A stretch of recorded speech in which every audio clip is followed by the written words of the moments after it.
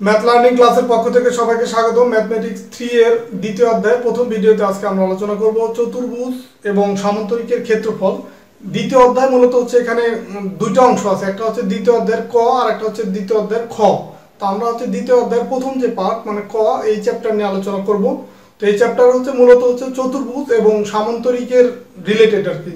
আজকে প্রথম ভিডিওতে মেইনলি আমরা এই চ্যাপ্টারের ম্যাথগুলো করার জন্য প্রয়োজনীয় যে ফর্মুলা বা সূত্র প্রয়োজন সেগুলো নিয়ে আলোচনা করব, প্লাস হচ্ছে সেই সূত্রের আলোকে কিছু অতি সংক্ষিপ্ত গুরুত্বপূর্ণ ম্যাথ আজকে সমাধান করে দিব। তো যেহেতু আমরা চতুর্ভুজ এবং সামান্তরিক সম্পর্কে জানবো, তো প্রথমে আমরা চতুর্ভুজের ডেফিনেশনটা শিখবো যে চতুর্ভুজের ডেফিনেশনটা কি। চতুর্ভুজ আর একটা হচ্ছে সামান্তরিক। আজকের ভিডিওটা তাহলে কাদের জন্য? আজকের ভিডিওটা হচ্ছে ডিপ্লোমা ইঞ্জিনিয়ারিং এ যারা second semester student, third semester student, diploma engineering এবং থার্ড সেমিস্টার, তো তাদের জন্য মেনলি হচ্ছে এই ভিডিওটা বা এই ম্যাথগুলা। তো চতুর্ভুজ কাকে বলে? চতুর্ভুজ হচ্ছে চারটা বাহু দ্বারা আবদ্ধ ক্ষেত্রকে চতুর্ভুজ বলা হয়। যেমন একটা উদাহরণ দেই, যে এটা হচ্ছে একটা চতুর্ভুজ, এই যে চারটা বাহু দ্বারা এরকম আবদ্ধ কোনো ক্ষেত্র বা এরিয়া যাকে বলা হয় চতুর্ভুজ। আর সামান্তরিকের ডেফিনেশনটা হচ্ছে সামান্তরিকের বিপরীত বাহুগুলা পরস্পর সমান এবং সমান্তরাল হবে। তো ফিগারটা কেমন হবে? যে এই যে একটা বাহু, ধরেন এই যে আরেকটা বাহু, এই বাহু দুটা কি প্যারালাল আছে না, যেরকম সমান্তরাল এবং সাইজে সমান হতে হবে। ধরেন এটা যদি 20 সেন্টিমিটার হয়, এটাও 20 সেন্টিমিটার হতে হবে। আর এই বাহুটা ধরেন এরকম, এটা হচ্ছে সামান্তরিক। এখানে এই বাহুটা আর এই বাহুটা সমান, আর এই যে এইটা আর এটা সমান। তো বিপরীত বাহুগুলা পরস্পর সমান এবং সমান্তরাল যদি হয় তাহলে সেটা হচ্ছে কি সামান্তরিক। তো সামান্তরিকের ক্ষেত্রে এই কোণগুলা ছোট বড় থাকবে। এখানে দেখেন যে চতুর্ভুজ, এটাও কিন্তু একটা চতুর্ভুজ, কিন্তু এখানে এই কোণগুলা কখনো কিন্তু আপনার সমকোণ হবে না। তো এটা হচ্ছে কি সামান্তরিক, যে বিপরীত বাহুগুলা পরস্পর সমান এবং সমান্তরাল। আর চতুর্ভুজ কি? চতুর্ভুজের চারটা বাহু হলেই কিন্তু চতুর্ভুজ হয়ে যাবে। সেক্ষেত্রে বাহুগুলা সমান্তরাল যে হতে হবে এরকম কোনো বিষয় না। যেমন এই সামান্তরিক, এটাও একটা চতুর্ভুজ, কিন্তু এই চতুর্ভুজ এটা কিন্তু একটা সামান্তরিক না, কারণ এখানে বিপরীত বাহুগুলা কিন্তু সমান নাও হতে পারে। দেখো যদি আমরা এরকম একটা আঁকি, এই যে এরকম একটা ক্ষেত্র আঁকি, এটাও কিন্তু চারটা বাহু, তো এটাও কিন্তু একটা চতুর্ভুজ, কিন্তু সামান্তরিক হয়নি। তো সামান্তরিক হওয়ার কন্ডিশন কি? সামান্তরিক হওয়ার জন্য অবশ্যই বিপরীত বাহুগুলোকে সমান এবং সমান্তরাল হতে হবে। তো এই চতুর্ভুজ আর সামান্তরিকের এই ম্যাথগুলো করার জন্য আমার কিছু সূত্র লাগবে, বিশেষ করে চতুর্ভুজ এবং সামান্তরিকের ক্ষেত্রফল বের করার জন্য কিছু সূত্র লাগবে। তো আমি এখানে লিখে নেই যে এটা হচ্ছে 2 এর ক এই চ্যাপ্টার। আর চ্যাপ্টারের নাম কি? চ্যাপ্টারের নামটা হচ্ছে চতুর্ভুজ এবং হচ্ছে সামান্তরিকের বিষয়, সামান্তরিক। এই দুইটা টপিক্সের উপরে চ্যাপ্টারটা। তো আমরা এখানে এই চতুর্ভুজ আর সামান্তরিকের এই ম্যাথগুলো করার জন্য আমাকে 6টা ফর্মুলা জানতে হবে বা 6টা সূত্র জানতে হবে। তো সেই সূত্রগুলো আমরা এখন আলোচনা করব। তো দেখেন চতুর্ভুজের একটা চতুর্ভুজ আমরা এখানে আগে ড্রয়িং করি। এটা একটা চতুর্ভুজ, এটা একটা চতুর্ভুজ। তো চতুর্ভুজের যদি আমরা এই কর্ণ, এই কোণ আর এই কোণ যদি আমরা যোগ করি, এরকম এটা একটা রেখা টানলাম, আবার এই দুইটা কোণ যদি যোগ করি, তখন এটাকে ধরলাম D1, এটাকে ধরলাম D2। তো সেই ক্ষেত্রে এরকম যদি কোনো চতুর্ভুজ থাকে যে যার দুইটা কর্ণ দেওয়া আছে, এইগুলাকে বলা হয় যে এটা যদি আমরা এটাকে আইডেন্টিফাই করি A B C D, তা AC একটা কর্ণ আর BD আর একটা কর্ণ। তো এরকম যদি দেওয়া থাকে সেই ক্ষেত্রে ফর্মুলাটা হয় এরকম, যে এখানে লিখি আমরা চতুর্ভুজের ক্ষেত্রে ফর্মুলাটা হচ্ছে ক্ষেত্রফল ইকুয়াল হচ্ছে হাফ এই কর্ণদ্বয়ের গুণফল, তার মানে D1 ইন্টু D2, মানে হাফ গুণ D1 D2। এটা হচ্ছে চতুর্ভুজের ক্ষেত্রফলের একটা ফর্মুলা। তো 2 নম্বর ফর্মুলা কি? এখানে আমাদের মেনলি হচ্ছে চতুর্ভুজের ক্ষেত্রে এরকম আমরা 3টা সূত্র আমরা শিখবো, আর সামান্তরিকের ক্ষেত্রে 3টা সূত্র শিখবো। তো এখন যদি আমার একটা কর্ণ দেওয়া থাকে সেই ক্ষেত্রে কি করতে হবে? এখানে কর্ণ দেওয়া ছিল কয়টা? 2টা, কারণ এরকম একটা কর্ণ দেওয়া নাই, শুধুমাত্র আমার এই কর্ণটা দেওয়া আছে চতুর্ভুজের, এই একটা কর্ণ দেওয়া আছে। আর এইখান থেকে এইটার উপর একটা লম্ব টানা আছে, আবার এইখান থেকে এই কর্ণের উপরে আবার এইখানে আরেকটা লম্ব টানা আছে। তো এটাকে বলা হয় অফসেট। এই কর্ণটাকে যদি আমরা D দিয়ে প্রকাশ করি, আর এটাকে আমরা P1 দিলাম আর এটাকে দিলাম P2, তো তো সেই ক্ষেত্রে ক্ষেত্রফলটা কি হবে, সেই ক্ষেত্রে ক্ষেত্রফলটা হবে, ক্ষেত্রফল ইকুয়াল হবে হাফ, এখানে হবে হাফ ইন্টু কর্ণ ইন্টু হচ্ছে এই P1 P1 আর P2 এই দুটাকে বলা হয় অফসেট, অফসেট।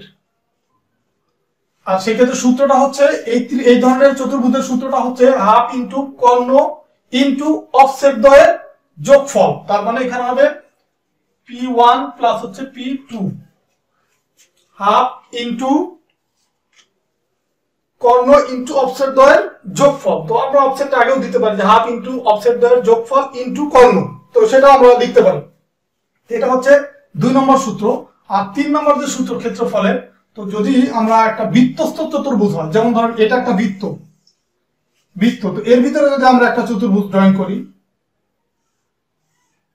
তো এটা কি হলো, একটা বৃত্তস্থ চতুর্ভুজ হলো।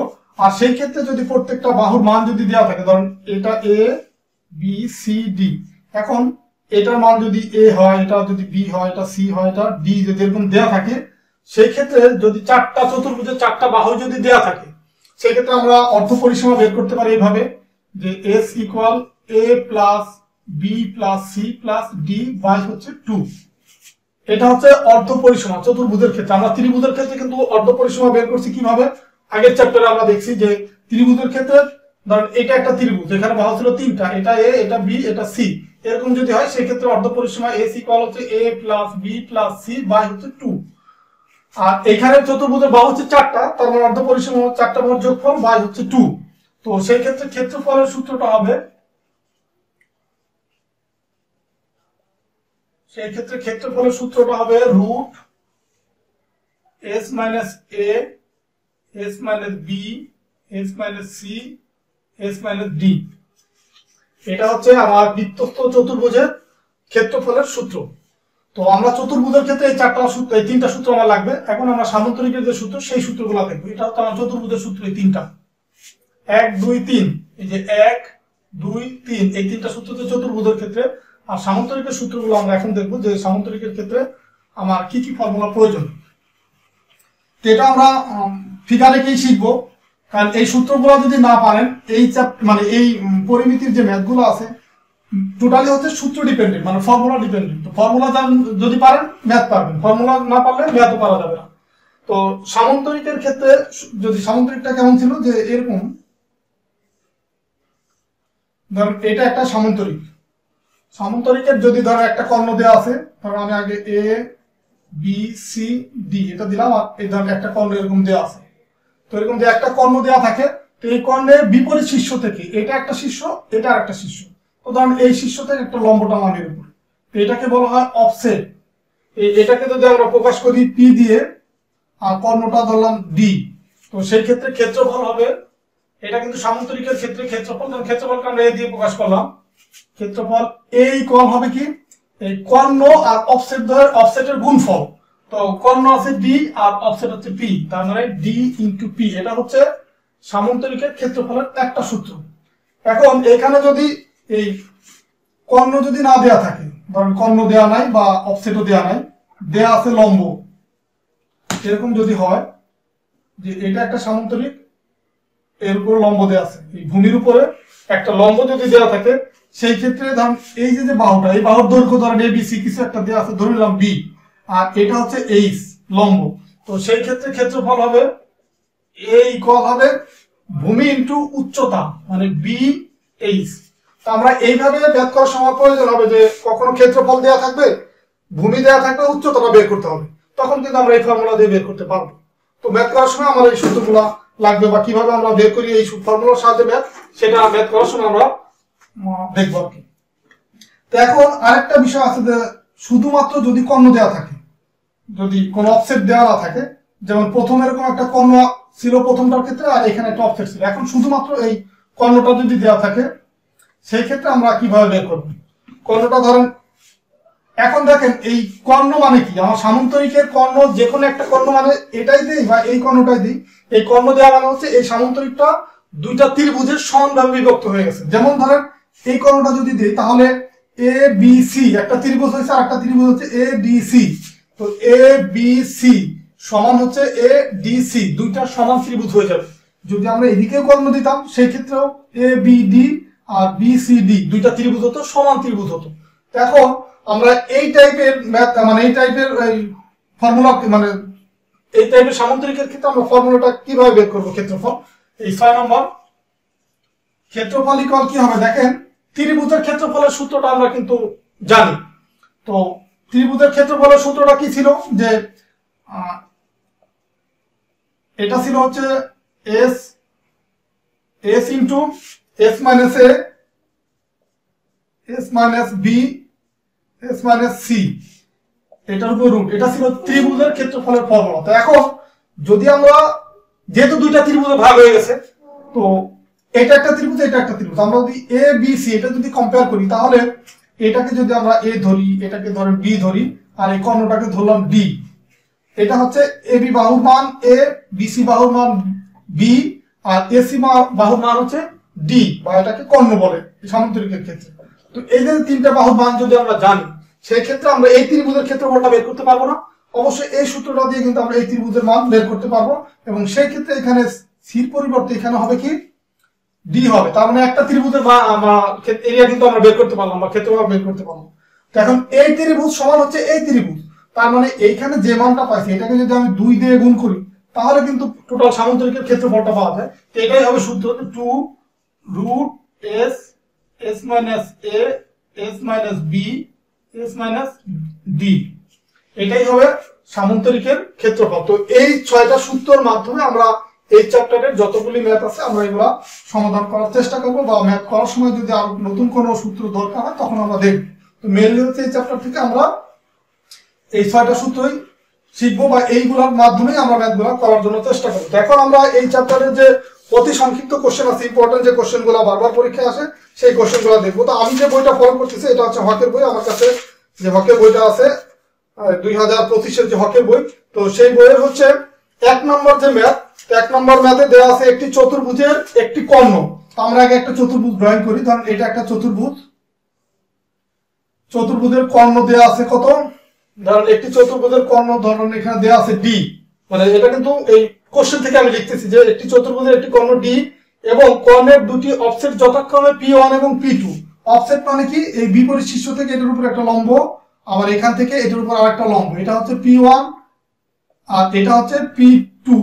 তো এখন বলছে যে চতুর্ভুজের ক্ষেত্রফল কত, এটা কিন্তু ডিরেক্ট আমরা চতুর্ভুজের যে ক্ষেত্রফলের যে সূত্রটা লিখছি সেই সূত্রটা লিখতে হবে। তো এটা হচ্ছে আপনাদের হকের বইয়ের 1 নম্বর ম্যাথ, অতি সংক্ষিপ্ত 1 নম্বর ম্যাথ। তার মানে এটা এরিয়া বা ক্ষেত্রফলের সূত্রটা কি হবে, আমরা জানি যদি আমার একটা কর্ণ দেওয়া থাকে আর দুটো অফসেট দেওয়া থাকে, সেই ক্ষেত্রে সূত্রটা হবে হাফ ইন্টু অফসেট দ্বয়ের যোগফল। তার মানে অফসেট দ্বয়ের যোগফল কি, P1 প্লাস হচ্ছে P2 ইন্টু হচ্ছে ডি বা কর্ণ। এই যে সূত্রটা জাস্ট হচ্ছে অফসেটটা আগে লিখলাম বা পরে লিখলে একই কথা। সূত্রটা হচ্ছে কি, যে যদি দুইটা অফসেট দেওয়া থাকে আর কর্ণ দেওয়া থাকে একটা, সেই ক্ষেত্রে ফর্মুলাটা হচ্ছে হাফ ইন্টু অফসেট দ্বয়ের যোগফল ইন্টু হচ্ছে কর্ণ। তো জাস্ট এই লাইনটা লিখে দিলেই কিন্তু আপনার হয়ে যাবে। এটা হচ্ছে আপনার 1 নম্বর এই ম্যাথের অ্যান্সার। তো এখানে আপনারা এভাবে লিখে দিবেন যে এখানে P1 এবং P2 হচ্ছে অফসেট আর ডি হচ্ছে কর্ণ, এটা কিন্তু দেওয়া আছে আপনাদের এখানে, এটা আপনারা এই লাইনটাই লিখে নেবেন। এখন আমরা এখানে আরেকটা ম্যাথ করব, 2 নম্বর ম্যাথ। তো 2 নম্বর ম্যাথে দেখেন এখানে দেওয়া আছে একটি চতুর্ভুজের কর্ণের দৈর্ঘ্য। কর্ণের দৈর্ঘ্য মানে কি, ডি ইকুয়াল দেওয়া আছে কত, 14 সেন্টিমিটার, 14 সেন্টিমিটার। আর দেওয়া আছে কি, যে বিপরীত শীর্ষ হতে উক্ত কর্ণের উপর অঙ্কিত লম্বের দৈর্ঘ্য যথাক্রমে 6 সেন্টিমিটার এবং 4 সেন্টিমিটার। জাস্ট হচ্ছে এইটা আর এইটা একই ম্যাথ, এখানে শুধুমাত্র দেওয়া ছিল লেটার দিয়ে যে প্রকাশ করি আমরা, সেটা দেওয়া ছিল যে অফসেট P1 P2 কর্ণ ডি। আর এই 2 নম্বর ম্যাথের ক্ষেত্রে সেই P1 P2 আর ডি পরিবর্তে ডাইরেক্ট মান দেওয়া আছে। তো এটা হচ্ছে কর্ণের মান, আর অফসেটের মান P1 দেওয়া আছে হচ্ছে, এখানে দুইটা অফসেট দেওয়া আছে, একটা হচ্ছে 6 সেন্টিমিটার একটা 4 সেন্টিমিটার। তো যে কোনোটাকে আপনারা P1 আর বাকিটাকে P2 ধরলাম। তো আমরা P1 ধরলাম 6 সেন্টিমিটার আর P2 ধরলাম হচ্ছে 4 সেন্টিমিটার। এখন আমাদের ক্ষেত্রফল বের করতে হবে। তো ক্ষেত্রফল ইকুয়াল কি হবে, ক্ষেত্রফল ইকুয়াল হবে জাস্ট এই সূত্রটা আমরা এই মানগুলো বসাই দিই, যে হাফ ইন্টু অফসেট দ্বয়ের যোগফল P1 প্লাস হচ্ছে P2 ইন্টু হচ্ছে ডি। তো দেখেন এই যে এই মানগুলো আমি দেওয়া আছে, আগে লিখে নিব, দেওয়া আছে কর্ণ এত, অফসেট এত, একটি অফসেট এত আর অপর দ্বিতীয় অফসেটটা এত। তো এটা আমরা লিখে নিলাম। দেন হচ্ছে আমরা জানি এরিয়া ইকুয়াল কত হবে, হাফ ইন্টু অফসেট দেওয়ার যোগফল ইন্টু ডি। এখন এটার ভিতরে যদি মান বসায় হাফ ইন্টু এই P1 এর মান হচ্ছে 6, P2 এর মান হচ্ছে 4 আর D এর মান হচ্ছে 14। তো তার মানে এখন হাফ ইন্টু এই 4 আর 6 কত 10 ইন্টু হচ্ছে 14। এখন এইটা আর এটা যদি কাটাকাটি এখানে 7 7 10 কে 70 70 কি হবে বর্গ সেন্টিমিটার। যেহেতু এরিয়া হলে কি হবে বর্গ সেন্টিমিটার। এটা হচ্ছে आंसर। তো দেখেন এই যে আমরা কিন্তু এই যে এই সূত্রটাই অ্যাপ্লাই করলাম এই দুইটা ম্যাথের ক্ষেত্রে। প্রথমটা হচ্ছে ডাইরেক্ট সূত্র চাইছে আর পরেরটা হচ্ছে এই ফর্মুলা, ওই সূত্রটার মাধ্যমে আমরা এই মান দেওয়া থাকলে কিভাবে করে সেটা দেখলাম। তো এই ম্যাথগুলো যদি আপনারা ফর্মুলা জানেন খুব সহজেই কিন্তু আপনারা করতে পারবেন আশা করি। তো আমরা আরো কিছু ম্যাথ করব। দেখেন এর পরের যে ম্যাথটা করব সেটা কি দেওয়া আছে, সেটা হচ্ছে আপনাদের এই হকের বইয়ের 4 নম্বর যেটা। তো আমি যে ম্যাথগুলো বেশি ইম্পর্টেন্ট বা পরীক্ষায় একাধিকবার আসে সেই ম্যাথগুলোই আপনাদেরকে করে দেওয়ার চেষ্টা করব, যেন আপনারা ম্যাথ শেখাও হয়। আবার এই ম্যাথগুলো যেহেতু পরীক্ষায় আসে তার মানে এই ম্যাথগুলাই কিন্তু আপনাদেরও আসার সম্ভাবনা বেশি বা বেশি ইম্পর্টেন্ট। তো এখানে দেওয়া আছে একটি চতুর্ভুজের কর্ণদ্বয়ের দৈর্ঘ্য যথাক্রমে 16 সেন্টিমিটার এবং 12 সেন্টিমিটার, কর্ণদ্বয় পরস্পর লম্ব হলে ক্ষেত্রফল বের করুন। তো আমরা একটা চতুর্ভুজ আগে আঁকি। ধরেন এটা একটা চতুর্ভুজ। তো চতুর্ভুজ এখানে বলছে যে কর্ণদ্বয়ের দৈর্ঘ্য, এটা একটা কর্ণ, এটা আর একটা কর্ণ। একটা কর্ণ দেওয়া আছে কত 16 সেন্টিমিটার, ধরেন এটাকে ধরলাম 16 সেন্টিমিটার, আর একটা হচ্ছে কত দেওয়া আছে 12 সেন্টিমিটার। 12 সেন্টিমিটার কর্ণদ্বয় পরস্পর লম্ব হলে ক্ষেত্রফল কত। তো আমরা দেখেন এই যে আরেকটা কর্ণের এই যে 1 নম্বর যে সূত্রটা, এটা আমরা এটার মাধ্যমে কিন্তু এটা করতে হবে। তো আমরা জানি এখানে আগে লিখে নিব দেওয়া আছে একটি কর্ণ D1 ইকুয়াল হচ্ছে 16 সেন্টিমিটার। আপনারা যে কোনোটাকে D1 বা অপরটাকে D2 ধরতে পারেন। আর দেওয়া আছে D2 ইকুয়াল কত 12 সেন্টিমিটার। এখন আমরা জানি ক্ষেত্রফল A ইকুয়াল হচ্ছে হাফ ইন্টু D1 D2। তো এখন হাফ D1 এর মান দেওয়া আছে 16 আর D2 এর মান দেওয়া আছে 12। তো এটা যদি আমরা কাটাকাটি করি 8 8 12 কত 5 12 60 6 12 72 8 12 হচ্ছে 84 84 বর্গ সেন্টিমিটার। এটাই হচ্ছে ধরেন এই ম্যাথের आंसर। তো এই ম্যাথগুলো খুবই ছোট, সহজে আমরা করতে পারি। আচ্ছা এটা আমার একটু ভুল হয়েছে, 8 12 হচ্ছে 96 হবে, 5 12 60 6 12 72 7 12 84 8 12 হবে কত 96। তো আপনারা তো ক্যালকুলেটর দিয়ে করবেন, আপনাদের ভুল হবে না আশা করি। 8 12 কত 96 96 বর্গ সেন্টিমিটার। এটা হচ্ছে এই ম্যাথের आंसर। তো আমরা এরপর আরেকটা ম্যাথ করব। তো এই ম্যাথগুলো কিন্তু খুব সহজ। তারপরেও যদি আপনাদের কোনো ম্যাথ যদি এত করে দেওয়ার পরেও যদি আপনাদের বুঝতে সমস্যা হয় বা প্রবলেম মনে করেন তাহলে অবশ্যই কিন্তু কমেন্টসের মাধ্যমে জানাতে আপনারা ভুলবেন না। কারণ আপনারা কমেন্টসের মাধ্যমে জানালে প্রয়োজন আমি সেটা আবার আপনাদেরকে বুঝিয়ে দিব। বা আপনারাও একটু চেষ্টা করবেন মনোযোগ দিয়ে ভিডিওগুলো দেখার জন্য, কারণ মনোযোগ দিয়ে যদি ভিডিওগুলো দেখেন তাহলে আশা করি আপনারা একবার দেখলেই আসলে এই ম্যাথগুলো পারার কথা। কারণ আমি আপনাদেরকে ক্লাস যেভাবে বোর্ডের মাধ্যমে ক্লাস সারা বোঝাই আমি কিন্তু সেভাবে আপনাদেরকে বোঝানোর চেষ্টা করতেছি। তো এখন 8 নম্বর যে ম্যাথ, হকের বইয়ের 8 নম্বর ম্যাথ দেওয়া আছে একটি বর্গক্ষেত্রের কর্ণদৈর্ঘ্য। বর্গ মানে কি, বর্গ যা হচ্ছে 4টা বাহু সমান হবে। ধরেন এই যে এটা একটা বর্গ আমরা ড্রয়িং করলাম, বর্গ মানে হচ্ছে প্রত্যেকটা বাহুই সমান। তো একটি বর্গক্ষেত্রের কর্ণের দৈর্ঘ্য হচ্ছে 5√2। এই যে কর্ণ এটা দেওয়া আছে কত 5√2। কর্ণের দৈর্ঘ্য হচ্ছে 5√2 হলে বর্গক্ষেত্রটির ক্ষেত্রফল কত, ক্ষেত্রফল বের করতে বলছে। তো এটা আমরা জানি কি, আমরা ক্ষেত্রফলের যে সূত্রটা জানি চতুর্ভুজের ক্ষেত্রে, ক্ষেত্রফল ইকুয়াল হচ্ছে হাফ ইন্টু D1 D2। এটা হচ্ছে আমরা জানি চতুর্ভুজের ক্ষেত্রে। তো এটাও কিন্তু একটা চতুর্ভুজ। তো এখন চতুর্ভুজের ক্ষেত্রে যেটা D1 আর D2 কর্ণ এটা কিন্তু ভিন্ন হতে পারে। আবার যদি বর্গ হয় ওই চতুর্ভুজটা তাহলে কিন্তু এই কর্ণটা আর এদিকে যদি আমরা এটা একটু পাশে লিখি যে 5√2। তো এখন যদি এখান থেকে আমরা আরেকটা কর্ণ আঁকি, যেহেতু এটা বর্গ তার মানে দুইটা কর্ণই কিন্তু সমান হবে। যে এই কর্ণটা যদি 5√2 হয় এই কর্ণটাও 5√2 হবে যেহেতু বর্গক্ষেত্র। তার মানে এখানে আমরা D1 আর D2 সমান হবে, D1 সমান D2। তার মানে আমরা এখানে লিখতে পারি হাফ ইন্টু D1 স্কয়ার, বা আমরা বাংলায় লিখতে পারি হাফ ইন্টু কর্ণের দৈর্ঘ্য স্কয়ার, তার মানে হাফ ইন্টু কর্ণের দৈর্ঘ্য আছে কত 5√2, এটার স্কয়ার দিলাম, তো তার মানে আসবে হাফ ইন্টু 5 5 25, আর √2 কে যদি স্কয়ার করি এই রুট আর স্কয়ার চলে যাবে, থাকবে হচ্ছে 2, এটা কাটাকাটি যাবে, থাকবে হচ্ছে 25 এত বর্গ সেন্টিমিটার। এটাই হচ্ছে এই ম্যাথের আনসার।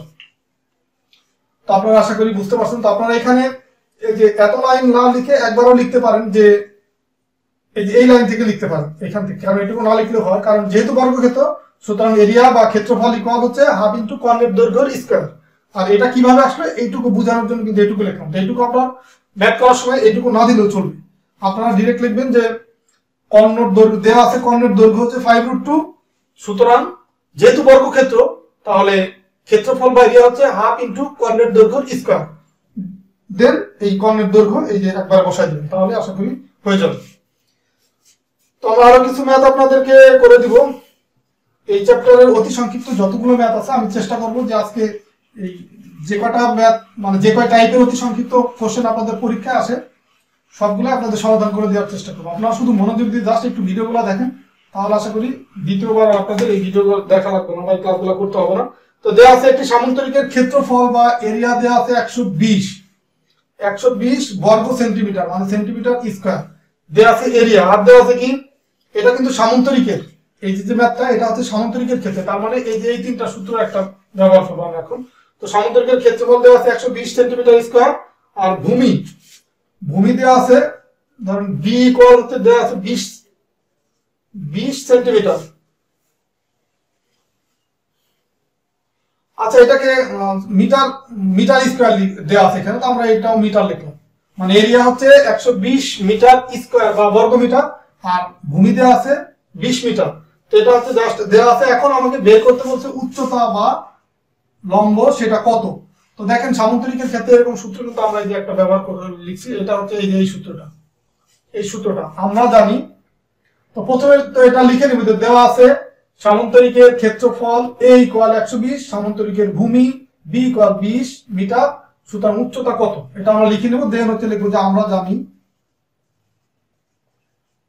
জানি কি জানি যে ক্ষেত্রফল a ইকুয়াল সামান্তরিকের ক্ষেত্রে ক্ষেত্রফল a ইকুয়াল হচ্ছে b আর h, এটা আমরা জানি। তো এখন আমার যেহেতু দরকার হচ্ছে উচ্চতা, তো উচ্চতাটা আমি বাম পাশে রাখবো, দেন হচ্ছে a বাই b হবে। তো দেখেন যদি এই পাশে h আমি রাখি, b টা এর নিচে চলে আসে না, তো দেন এটাকে আমি এই ডান পাশে রাখি, যেহেতু এটা আমাকে মান বসাবো এই কারণে এটা ডান পাশে রাখলাম। তো এর মান দেওয়া আছে 120 আর b এর মান দেওয়া আছে শুধু 20, এটা কাটাকাটি যাবে, এই 2 12 ভিতরে 6 বার, তার মানে হচ্ছে 6 মিটার। এটাই হচ্ছে উচ্চতা বা এই ম্যাথের অ্যান্সার 6 মিটার। তো আশা করি এটা বুঝতে পারছেন। তো দেখি আর কোনো ম্যাথ আছে কিনা ভিন্ন টাইপের। আর একটা ম্যাথ আছে বৃত্তস্থ চতুর্ভুজের ক্ষেত্রে, আমরা যে ফর্মুলাটা জানি যে 6 নম্বর, এই ফর্মুলাটার আলোকে এখন লাস্ট ম্যাথটা করব। তো আশা করি এই কয়টা ম্যাথ যদি আপনারা ভালোভাবে শিখেন এই চ্যাপ্টারে, তো অতি সংক্ষিপ্ত যে ম্যাথগুলো পরীক্ষা আপনাদের আসবে চ্যাপ্টার থেকে, এই ম্যাথগুলোর ভিতরেই কভার হয়ে যাবে। তো এখানে দেওয়া আছে বৃত্তে অন্তর্লিখিত চতুর্ভুজের ক্ষেত্রফল নির্ণয়ের সূত্রটি লেখো। তো ওইটা তো জাস্ট সূত্র চাইছে, তো সূত্রটা আমরা জানি, যে সূত্রটা কি জানি আমরা, বৃত্তস্থ চতুর্ভুজের সূত্র হচ্ছে s মাইনাস হচ্ছে a, s minus b, s minus c, s minus d, তার উপরে সবগুলোর উপর হচ্ছে রুট। এটা হচ্ছে বৃত্তস্থ চতুর্ভুজের ক্ষেত্রফলের সূত্র। আর এইখানে s টা একটু লিখে দিবেন যে s ইকুয়াল হচ্ছে a plus b plus c plus d by হচ্ছে 2। এই যে এখানে যে আমরা s টা ইউজ করছি, সেই s ইকুয়াল হচ্ছে a plus b plus c plus d, আর s কে বলা হয় অর্ধপরিসীমা, আর a b c d এগুলো হচ্ছে চতুর্ভুজের বৃত্তস্থ চতুর্ভুজের 4টা বাহু। তো জাস্ট এটাই লিখে দিবেন এখানে, যে এখানে অর্ধপরিসীমা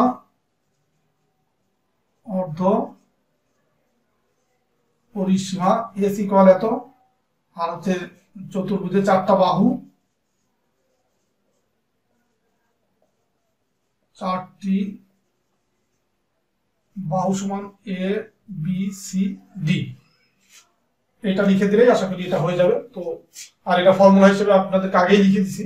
তো আজকের এই ভিডিওর মাধ্যমে আমরা কি শিখলাম? আজকের ভিডিওর মাধ্যমে শিখলাম হচ্ছে এই চতুর্ভুজ সমান্তরিক এই দ্বিতীয় চ্যাপ্টারের মানে দ্বিতীয় চ্যাপ্টারের প্রথম যে অংশ, সেই অংশের ভিতরে আমরা চতুর্ভুজ এবং সমান্তরিকের ম্যাথগুলো করার জন্য যে প্রয়োজনীয় সূত্র, সেই 6টা সূত্র আমি আলোচনা করলাম এবং এই সূত্রগুলো কিভাবে সহজে মনে রাখা যায় আমি লিখে আপনাদেরকে বোঝানোর চেষ্টা করলাম। দেন এই সূত্রের আলোকে অতি সংক্ষিপ্ত যে ম্যাথগুলো আছে এই পরীক্ষা আপনাদের এই অনুশীলনীতে সেগুলোও করে দিলাম। তো আশা করি ভিডিওটা আপনাদের জন্য অনেক হেল্পফুল হবে, বা যারা মনোযোগ দিয়ে প্রথম থেকে দেখে আসছেন তারা বুঝতে পারছেন যে আমি যে ম্যাথগুলো করে দিলাম। তো ভিডিওটা যদি ভালো লাগে ভিডিওতে লাইক দিবেন বা কমেন্টস করে আপনাদের মতামত জানাবেন। আর যারা নতুন ভিউয়ার আছেন তারা চ্যানেলটা সাবস্ক্রাইব করে রাখতে পারেন, কারণ আমি এই যে ম্যাথমেটিক্স 3 এই চ্যাপ্টার এই বইয়ে একদম প্রথম চ্যাপ্টার থেকে লাস্ট চ্যাপ্টার পর্যন্ত কিন্তু আপনাদের ভিডিও আকারে এভাবে করে দিব। তো আশা করি সেটা আপনাদের অনেক উপকারে আসবে। তো ঠিক আছে, সবাই ভালো থাকবেন, সুস্থ থাকবেন। আর আমার ম্যাথ লার্নিং ক্লাস নামে একটা এই ইউটিউব চ্যানেলের পাশাপাশি একটা ফেসবুক গ্রুপ এবং পেজ আছে, আপনারা চাইলে সেখানেও জয়েন হয়ে থাকতে পারেন। ঠিক আছে, আল্লাহ হাফেজ।